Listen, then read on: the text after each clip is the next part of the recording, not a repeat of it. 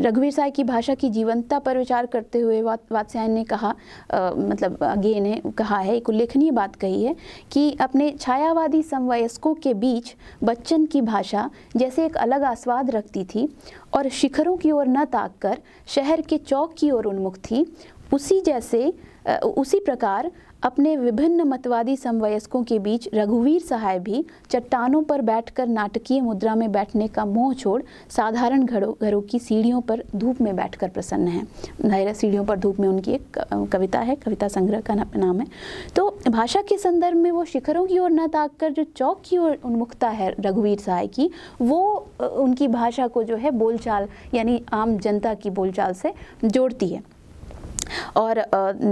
उनके यहाँ जो भाषा सहित उनकी जो रचनात्मकता के विविध आयाम हैं वो एक ऐसा प्रभाव पैदा करते हैं जहाँ पे कि जो शब्द हैं, अर्थ हैं, जो वाक्यांश है, वो एक विशिष्ट भंगिमा में व्याख्यायित होते हैं, एक विशिष्ट भंगिमा अख्तियार करते हैं। आप जो है उनके यहाँ जो सामान्य जीवन है, जो आम जनता का जीवन है और नगरीय जीवन है, उसका भी आप प्रभाव देख सकते हैं या उसकी छाया देख सकते हैं इनकी कविताओं में। और यही कारण है कि रघुवीर सहाय का जो लहजा है वो बहुत आत्मीय बन जाता है और बहुत सुगम लगता है।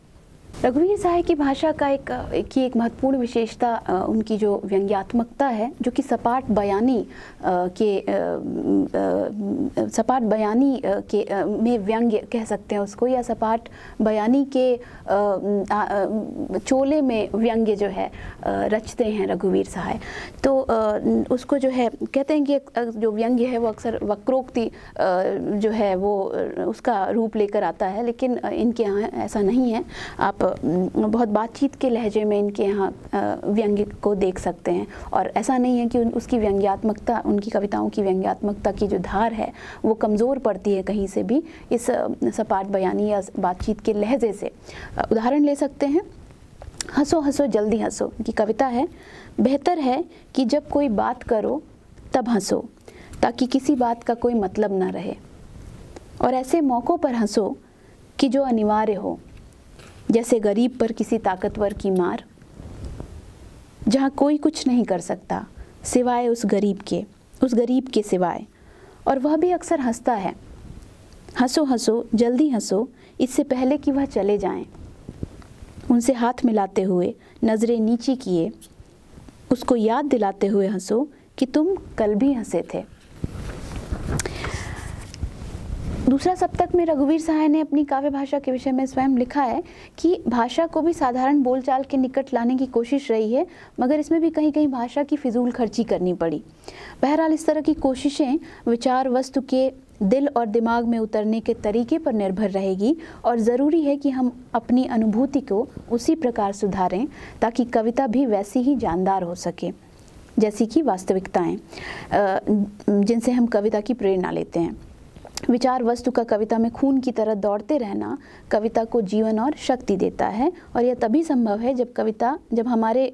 कविता की जड़ें यथार्थ में हो। ये दूसरा सप्तक में उनका जो वक्तव्य है। तो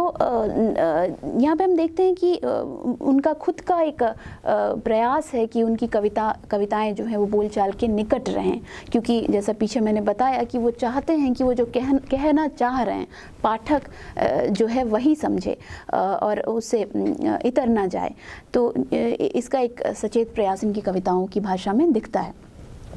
एक और इम्पॉर्टेंट बात जो है कह सकते हैं कि जब जो इनकी कविताओं में जो सामाजिक यथार्थ है, जब वो व्यंग्य का आवरण लेकर आता है तो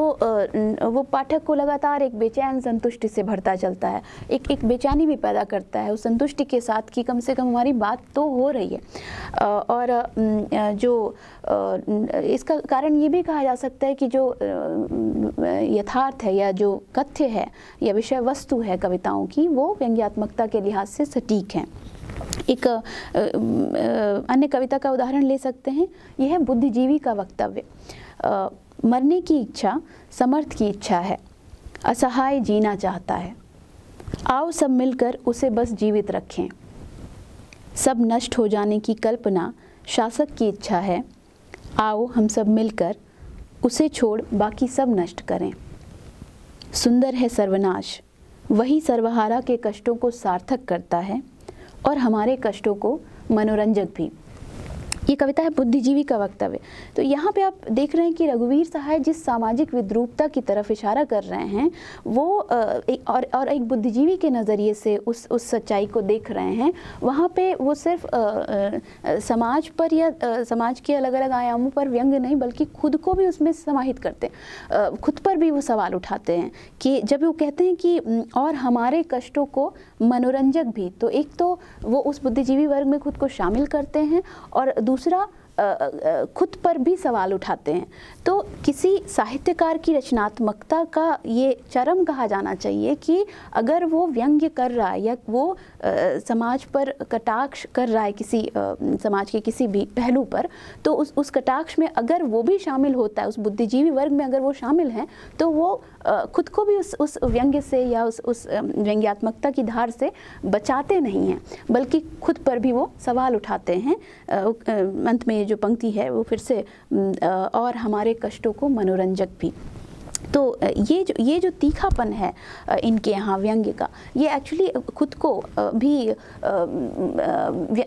खुद पर व्यंग्य करने का जो साहस है वो उनकी व्यंग्यात्मकता की धार को बहुत तीखा मतलब उनकी कविताओं की व्यंग्यात्मकता की धार को बहुत तीखा बना देता है और सही मायने में जो सृजनात्मकता है शायद उसकी दरकार या उसकी ज़रूरत भी यही है कि अगर कभी ज़रूरत पड़े तो जो साहित्यकार है वो खुद पर भी सवाल उठा सके।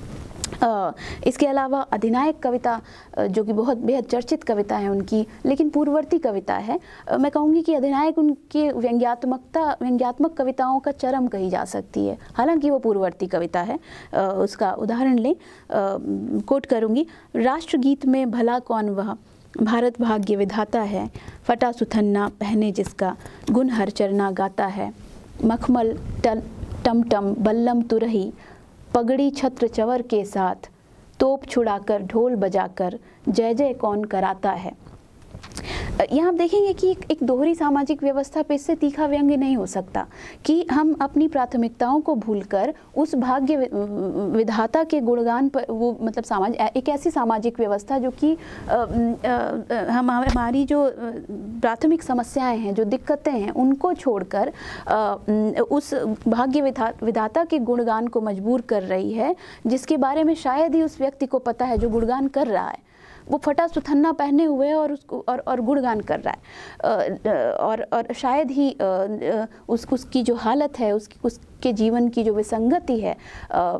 हरचरना की, उसको वो भाग्य विधाता जो है वो ख़त्म करने में या उसको सही कर पाने में शायद ही समर्थ हो। लेकिन उसके बाद भी पूरे